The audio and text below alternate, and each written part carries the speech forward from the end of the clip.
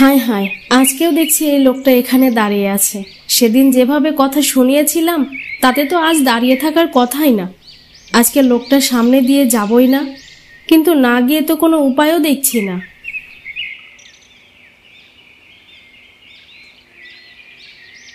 এই যে শুনছেন, একটু দাঁড়ান তো। আপনি কলস হাতে করে যেভাবে হেঁটে যাচ্ছেন, মনে হচ্ছে পিছনে কোনো বাঘ তাড়া করছে।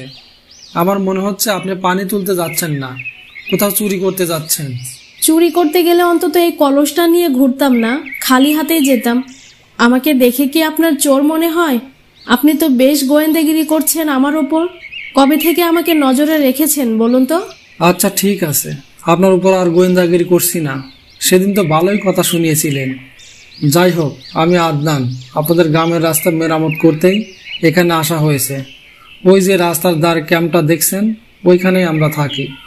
জানি তো, আমাদের গ্রামের মানুষ তো আপনার কথা নিয়েই হুলস্থুল করছে। সবাই তো আপনাকে ইঞ্জিনিয়ার সাহেব বলেই ডাকে। মনে হয় যেন কোনো বড় অফিসার এসেছেন।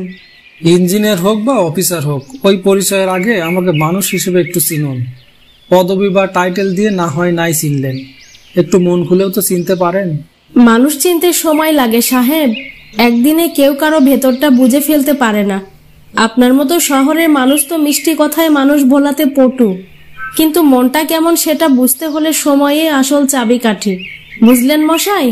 ঠিকই বলেছেন। তাহলে আমি যদি বলি আমাকে সময় দিন, ধীরে ধীরে আমাকে চিনুন। আমার মনটা পানির মতো স্বচ্ছ। এই স্বচ্ছ পানিতে ডুব দিতে আপনার কোনোই অসুবিধা হবে না। আমাকে একটু সুযোগ কি দেওয়া যায় না? আপনি তো শহরের মানুষ, গ্রামের রাস্তাঘাটে চলাচল করা, এখন আবার এই মেলাতেও এসেছেন। এত ধুলোবালি, এত সাধারণ আয়োজন, কেমনে থাকবেন আপনি বলুন তো? যেখানে আপনারা অট্টালিকায় থেকে অভ্যস্ত, এই পরিবেশটা আপনার কাছে একঘেয়ে লাগছে না? আসলে একা থাকলে হয়তো সত্যি একঘেয়ে লাগতো, কিন্তু জানেন সেতু, আপনি আছেন বলে হয়তো এখানে থাকা আমার কাছে কষ্টকর মনে হয় না। বরং এই মাটির গন্ধ, এই আলো আর আপনার সান্নিধ্য সবকিছুই একসাথে খুব আপন মনে হয়। আচ্ছা, তাই বুঝি?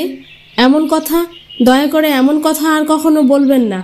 আশেপাশে অনেক মানুষ আছে, কেউ যদি এসব কথা শুনে ফেলে তাহলে কেলেঙ্কারি হয়ে যাবে যে।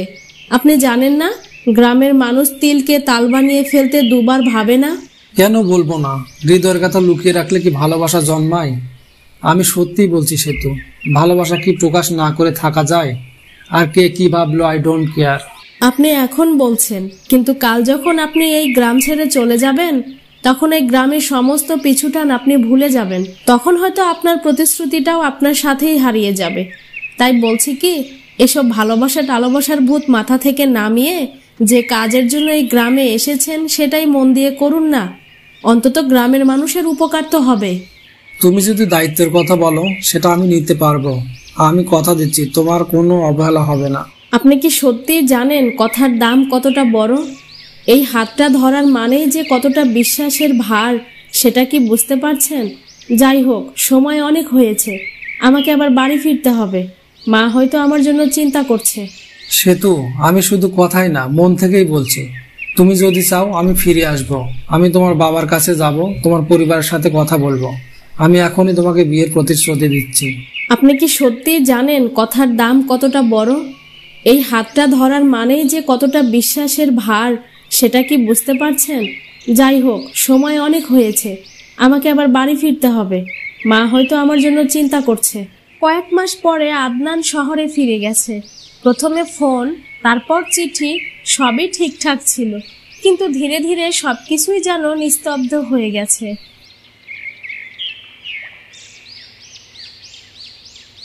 ও বলেছিল ফিরবে, বাবা মায়ের সাথে কথা বলে আমাকে বিয়ে করে তার ঘরেই নিয়ে যাবে। আমার হাত ধরে তো প্রতিশ্রুতি দিয়েছিল।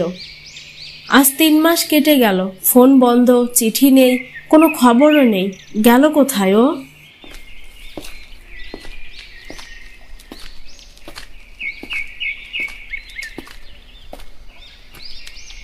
মা, সে তো আজকে তোকে পাত্রপক্ষ দেখতে আসবে রে। একটু সেজে গুজে থাকিস। দেখ বাপু, আজ কিন্তু আমি কোনো বাহানা শুনবো না। গ্রামের লোকের কাছে মুখ দেখাতে পারি না তোর জন্য। অনেক অপেক্ষা করেছিস, আর না, এখন বিয়ের পিঁড়িতে বসে আমাদেরকে উদ্ধার কর মা। মা, তুমি তো জানো আমি আদনানকে কত ভালোবাসি, তারপরও তোমরা আমাকে বিয়ে করার জন্য জোর করছো কেন? আমি আদনানকে ছাড়া অন্য কোথাও বিয়ে করতে চাই না। পাত্রপক্ষের সামনে আমি যেতে পারবো না। মা রে, ওর মতো শহরের ছেলেরা গ্রামের মেয়েদের বোকা আর সহজল মনে করে যে, এজন্যই তো অনেক প্রতিশ্রুতি দিয়ে দেয়। শেষমেশ দেখা যায় বাবা মা যেখানে বলে সেখানেই বিয়ে করে নেয়, আর কোনো পিছু টানের কথা তাদের মনেও থাকে না। না মা, আমি জানি আদনান অমন ছেলেই নয়, ও আমাকে অনেক ভালোবাসে। তুমি দেখো, সে ঠিকই আমার কাছে ফিরে আসবে, এটা আমার বিশ্বাস। তুমি পাত্রপক্ষকে এ বাড়িতে আসতে বারণ করো মা, আমি তাদের সামনে যেতে পারবো না। তাহলে কোথায় তোর ভালোবাসার মানুষ শুনি? এখনো সে তোর কোনো খোঁজ খবর নেয় না কেন? তোকে যদি সে ভালোই বাসতো তাহলে সে এমন নিখোঁজ হয়ে থাকতো না তো। আমি চাই না বাপু, আমার মেয়ে অন্য একটি ছেলের জন্য দিনের পর দিন কান্নায় বুক ভাসিয়ে দিক। বিয়ের বয়স তো আর কম হলো না, বাপ ভাইয়ের ওপর বোঝা হয়ে আর কতদিন চলবি? এখন বিয়ে শাদী করে নিজের সংসার গোছাও, যাও। অনেক হয়েছে ভাই, এবার নিজের রাস্তা দেখে নাও তো। আমরা আইবুড়ো মেয়েকে ঘরে বসিয়ে বসিয়ে খাওয়াতে পারবো না, আমাদের চাল অত বেশি হয় নাই। কি গো মা, তোমাদের মেয়ে তোমাদের কাছে এখনই বোঝা হয়ে গেল? এখন এটা বুঝি আমাদের বাড়ি নয়? ভাবি যেসব কথা বলছে তাতে তোমার বলার কিছুই নেই মা। আমি আর কি বলবো বাপু, তোদের ভাবি খারাপ কিছু তো বলেনি। মেয়ে কি ঘরে শোকেসে রাখার জিনিস নাকি? ছোটবেলায় পেলেছি, বড় করেছি, এখন বিয়ে দেওয়ার সময় হয়েছে, বিয়ে দিয়ে দিব, এটাই তো নিয়ম। আমাদের বাড়ির আদরের ছোট মেয়ে এখন প্রেমে মজেছে গো। শহরের ছেলেটা একটু হেসে তাকালো আর তুই নিজের মন, নিজের ভবিষ্যৎ সবকিছু ওর হাতে তুলে দিলি, তাই না? দিয়ে এখন কান্দিস কে? তুই কি জানিস গ্রামে এখন কি গুজব ছড়াচ্ছে? লোকজন বলা বলি করছে ইঞ্জিনিয়ার সাহেবের পেছনে নাকি আমরা তোকে লেলিয়ে দিয়েছি, আমরা নাকি তার সাথে জোর করে তোর বিয়েও দিতে চেয়েছি। আবার কেউ কেউ বলছে সে নাকি শহরে নতুন মেয়ে পেয়েছে। ঠিকই তো, তোর না আছে রূপ, না আছে গুণ, আমাদের ঘাড়ে বোঝা হওয়া ছাড়া আর কোনো গুণই তো নেই। কি দেখে যে তোকে বিয়ে করবে সেটাই তো আমি ভেবে পাই না। তোমাদের এত তিরস্কার শুনে তোমাদের ঘাড়ে বোঝা হয়ে আর থাকতে চাই না। এখন থেকে আমি নিজের বোঝা নিজেই বয়ে বেড়াবো। আমাকে নিয়ে তোমাদের টেনশন না করলেও চলবে। তোমাদের সংসারে আর বোঝা হয়ে থাকতেই চাই না যে। বাড়ির সবার ওপর অভিমান করে সেতু নিজের স্বপ্নের পথে হাঁটা ধরে। তার চিন্তা আদনান যে ক্যাম্পে থাকতো সেখানে গিয়ে তার খোঁজ নেওয়া, তারপর নিজের যে কোনো একটা বন্দোবস্ত করা। কি রে সেতু, তুই গার্মেন্টসে চাকরি করবি? এটা ভাবা যায়? তোর কি এমন দুঃখ হলো শুনি? তাছাড়া তোর মা বাবা তোকে বাধা দিল না? ওসব কথা বাদ দে। তোকে আদনানের কথা বলেছিলাম না, আমরা দুজন দুজনকে ভালোবেসে ফেলেছিলাম, কিন্তু এখন জানতে পারলাম আদনান কোনো এক শিল্পপতির মেয়েকে বিয়ে করেছে রে। সে কথা দিয়ে আর কথা রাখেনি, বেইমানি করেছে আমার সাথে। বাধ্য হয়ে তো তোর কাছে আসা। দেখ, তুই আমাকে একটা কাজের ব্যবস্থা করে দে না বোন। সে না হয় করে দিলাম, কিন্তু ওই বেইমানটাকে এমনি এমনি ছেড়ে দিবি? তাকে তোর মোকাবেলা করা উচিত রে। ওসব পরে হবে, আমার ভাগ্যে যা ছিল তাই হয়েছে। এখন বল, তোর সংসার কেমন চলছে? শুনলাম তুই বিয়ে করেছিস, নতুন সংসার কেমন লাগছে রে? সে কথা আর বলিস না বোন, বিয়ে করেছিলাম এমন একটা বাটপারকে যার কিনা আগেই 3টে বউ ছিল। আসলে আমাদের কপালটাই খারাপ রে। তুই হাত মুখ ধুয়ে আয়, আমরা একসাথেই খাবো। আর কালকে স্যারকে বলে দেখি তোর কোনো ব্যবস্থা করতে পারি কিনা। পুরুষ মানুষ এমনই রে, মুখে এক কথা আর অন্তরে অন্য কথা। তাদের কথার কোনো দামই যে নেই। আমি এই শহরে এসেছি নিজের স্বপ্ন পূরণ করতে, আত্মমর্যাদা নিয়ে বেঁচে থাকতে। আমি নিজেকে প্রতিষ্ঠিত করতে পারলে এখন আদনানকে একটা থাপ্পড় দেওয়া হবে। চল এখন খেয়ে নেই, নিজেকে শক্ত রাখতে হবে যে। অন্যের জন্য কান্না করে আর ভেঙে পড়তে চাই না।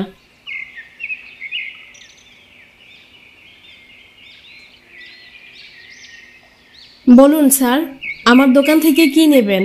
মেয়েদের সব ধরনের আইটেমই আমার দোকানে আছে। আপনার কোন ধরনের পোশাক চাই? সেতু, তুমি কি আমাকে চিনতে পারছো না? কেন এমন করছো? সেতু, আমি অনেক খোঁজাখুঁজির পর তোমাকে পেয়েছি। তুমি এখানে, আমি বিশ্বাস করতে পারছি না তুমি এতটা বদলে গেছো। কেন বিশ্বাস না করার কি আছে? আপনি যখন আমার হাতটা ছেড়ে বিরাট শিল্পপতির মেয়ের হাত ধরেছিলেন, তখনই আমি বুঝতে পেরেছি ভালোবাসা টাকার কাছে হেরে যায়। এখন এই তো দেখতে পাচ্ছেন আমি দিব্যি ভালো আছি, মানে ভালো থাকার পথ খুঁজে নিয়েছি আর কি। আপনার ওয়াইফের জন্য কি দেব বলুন? আমি ভুল করেছি সেতু। সানিয়াকে বিয়ে করে আমার জীবন নষ্ট করে ফেলেছি। সে আমার স্ত্রী হলেও আমাদের মাঝে কোনো ভালোবাসা নেই। টাকা আছে, আরাম আছে, কিন্তু ভালোবাসা নেই। আমি বুঝতে পেরেছি আমার সত্যিকারের ভালোবাসা তুমিই ছিলে। না আদনান, এখন যেটা তোমার মধ্যে আছে সেটা ভালোবাসা না, সেটা হলো অনুশোচনা। তুমি যখন প্রতিশ্রুতি দিয়েছিলে আমি বিশ্বাস করেছিলাম, তো করেছিলাম না? কিন্তু আমি আমার নিজের কথাই চলি, নিজের শক্তিতে চলি। এখন তোমার ওইসব ভাওতাবাজি কথা আমি আর মানি না আদনান। তুমি তাহলে আমার কাছে ফিরবে না? অনেক আশা করে তোমার কাছে এসেছিলাম, আমাকে ফিরিয়ে দিও না। ফেরার তো কোনো প্রশ্নই আসে না। তুমি আমাকে একা ফেলে অন্যত্র যখন বিয়ে করেছো, তখন আমার কথা একবারও ভাবনি তো? সানিয়াকে বিয়ে করে তুমি যদি সুখী হতে, তাহলে তো কখনো আমার কাছে আসতে না। এখন যখন দেখলে তাকে বিয়ে করার পর জীবন থেকে তোমার শান্তিই চলে গেছে, তখন তুমি আমার কাছে এসেছো। তুমি ভাবলে কি করে আমি তোমার জীবনের দ্বিতীয় অপশন হয়ে বেঁচে থাকব? আমাদের মাঝে যা ছিল সব শেষ। যাও, আমি তোমাকে ক্ষমা ছাড়া আর কিছুই দিতে পারবো না।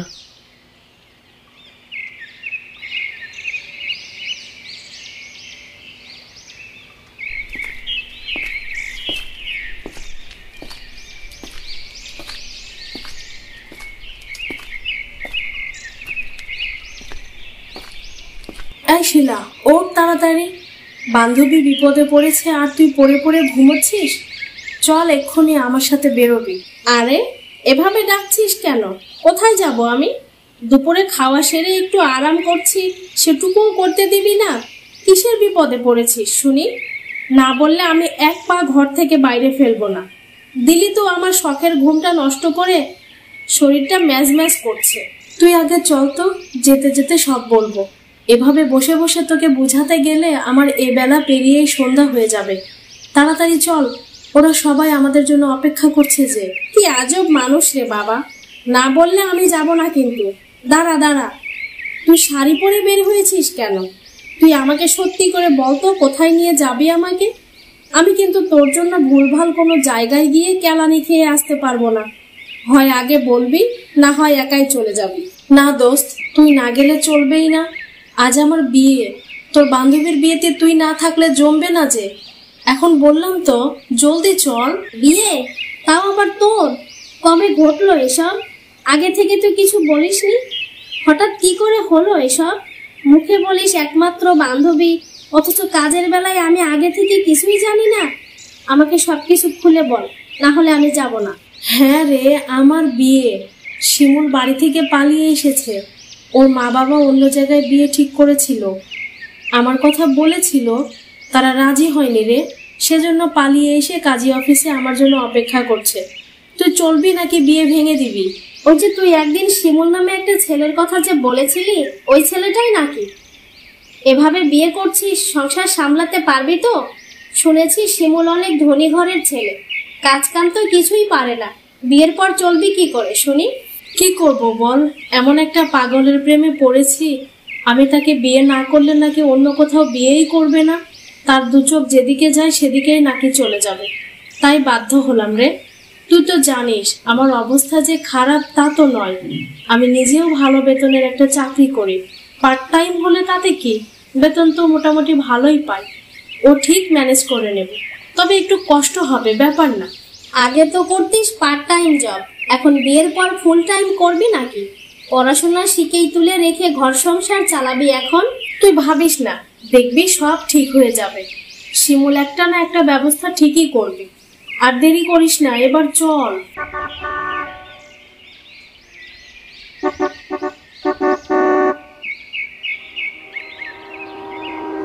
এই যে মালা, আর কত সময় দেরি করবে? তোমার জন্য শিমুল চিন্তায় চিন্তায় অস্থির হয়ে যাচ্ছে। আর কিছুক্ষণ পরে এলে দেখতে নিশ্চিত তোমার হোস্টেলে গিয়ে হাজির হতো। কি করব বলুন, এক রোখা বান্ধবীকে নিয়ে আসতে সময়ই চলে গেল। চল চল, আর দেরি করিস না রে, আর দেরি করলে চলবে না। নিশ্চয় শিমুল রেগে আছে, কত অপেক্ষা করতে হলো বল বেচারিকে। ওহ চলুন, তাহলে ঠিক আছে। এর এমন কি রাগ? আপনাকে দেখলে তার রাগ এমনিতেই ঠান্ডা হয়ে যাবে। এ কি, এমন সুন্দর ব্যক্তিত্বময় পুরুষ কিনা মালার মতো এমন অযোগ্য মেয়ের প্রেমিক? আমি তো ভেবেছিলাম ওর প্রেমিক বড়লোক হলেও দেখতে হয়তো অসুন্দর হবে, কিন্তু আমি তো দেখছি ছেলেটা বেশ সুদর্শন। মালার মতো মেয়ে এমন ছেলেকে পটালো কি করে?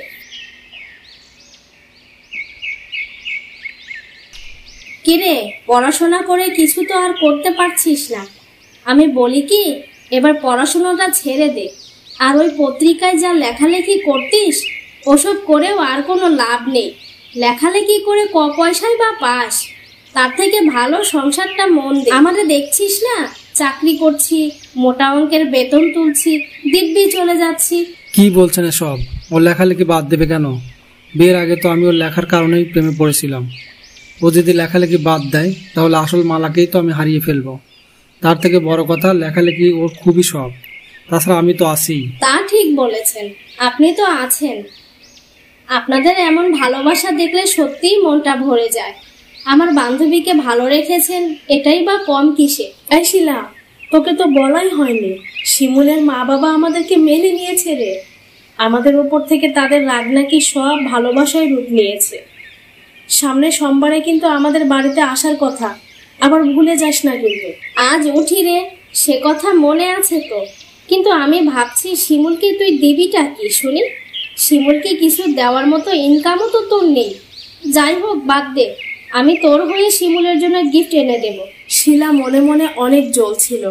তার চিন্তা একটাই, মালার মতো এমন অযোগ্য একটা মেয়েকে শিমুল কি করে তার জীবনসঙ্গী বানালো, বিশেষ করে তার মতো সুন্দরী শিক্ষিতা একটা মেয়েকে উপেক্ষা করে। শিলা যেন রাগে ফেটে পড়ছিল। মালার সুখ যেন সে সইতেই পারছিল না।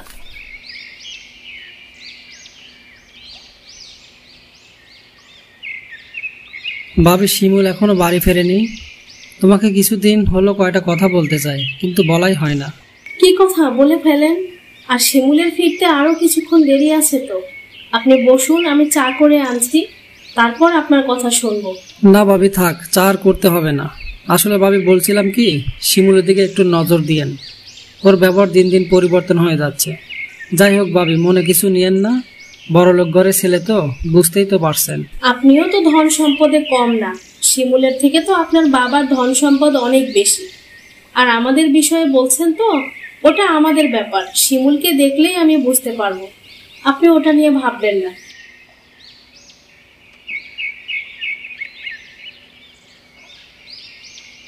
শিমুল, তুমি এসেছো? আজ তোমার সাথে আমি একটা হ্যাস্ত করেই ফেলবো। তুমি কোন সাহসে আমার অগোচরে অন্য মেয়ের সাথে ঘুরে বেড়াও শুনি? ঘরের নতুন বউ থাকতে। অন্য মেয়েকে নিয়ে ঘুরবো না তো তোমাকে নিয়ে ঘুরে বেড়াবো? তোমার চেহারা দিকে তাকিয়েছো কখনো? কেমন পেতনির মতো লাগছে তোমাকে। তুমি ভাবলে কি করে তোমার মতো পেতনিকে নিয়ে আমি বাইরে ঘুরে বেড়াবো? আচ্ছা, তাহলে এখন আমি তোমার কাছে পেতনির মতো দেখতে লাগি, তাই তো? তোমার থেকে তো মণি ভাই যথেষ্ট ভালো। থাকো তুমি। মণি ভাই আমাকে অনেক ভালো রাখতে চেয়েছে। তোমার মতো অথর্ব লোকের সাথে সংসার হয় না। আমি তোমার সাথে থাকলাম না, করলাম না তোমার সাথে সংসার। চলে যাও, তোমাকে আটকে রেখেছে কে? শিলা আছে তো আমার জন্য। আমি শিলাকে বিয়ে করব। তোমার মতো পেতনির সাথে আমি আর কিছুতেই সংসার করব না। বের হয়ে যাও এখনই। ওরে আল্লাহ, ব্যথা পেলাম রে। এতক্ষণ যা স্থির হচ্ছিল সব স্বপ্ন ছিল। শুনেছি ভোরের স্বপ্ন নাকি সত্যি হয়। সত্যি যদি ওদের মাঝে ঝামেলা হতো তাহলে আমার থেকে বেশি খুশি কেউ হতো না। যাই হোক, আজকে তো আবার ওদের বাড়ির দাওয়াত আছে। জলদি তৈরি হয়ে নেই, আমাকে অনেক সুন্দর দেখাতে হবে।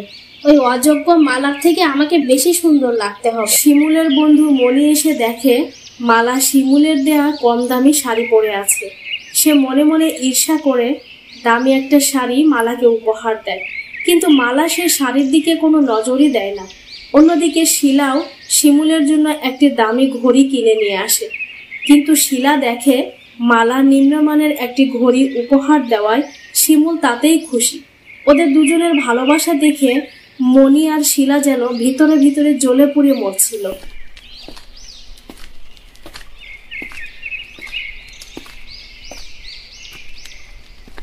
কিরে মালা, দেরি করে ফেললাম না তো?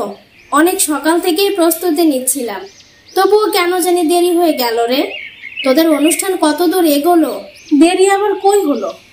তুই এসেছিস, বড্ড খুশি হয়েছি রে। তুই না এলে এই অনুষ্ঠানটাই ফিকে হয়ে যেত। আয়, শিমুলের সঙ্গে কথা বল, ও তোকে দেখলে খুশিই হবে।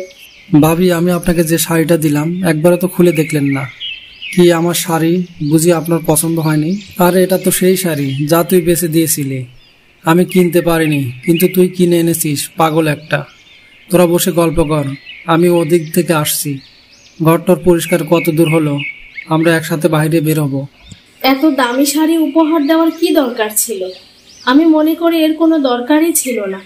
ধন্যবাদ। পরবর্তীতে এমন দামি উপহার না আনলেই খুশি হব মণি ভাই। তুমি কি আমাকে তাড়াচ্ছ নাকি? এভাবে কথা বললে আমি ভীষণ কষ্ট পাবো। আমি কাউকে তাড়াই না, তবে একটা কথা বলবো। আপনার বন্ধুর সঙ্গে আপনি বন্ধুত্ব করুন, কিন্তু আমাদের মাঝে এসে দাঁড়াবেন না। দামি উপহার দিয়ে সম্পর্ক ভাঙা যায় না। স্বামী স্ত্রীর মাঝে তৃতীয় ব্যক্তি হওয়ার চেষ্টা করবেন না কখনো। আমি পুরুষ মানুষের চাহনি খুব ভালো করেই চিনি, তাই আপনি যে উদ্দেশ্যে আমাদের মাঝে ঢুকতে চাইছেন সেটা কখনোই সম্ভব নয়। মালা রে, তুই থাক, আমি চললাম। আমার বাড়িতে অনেক তাড়া আছে।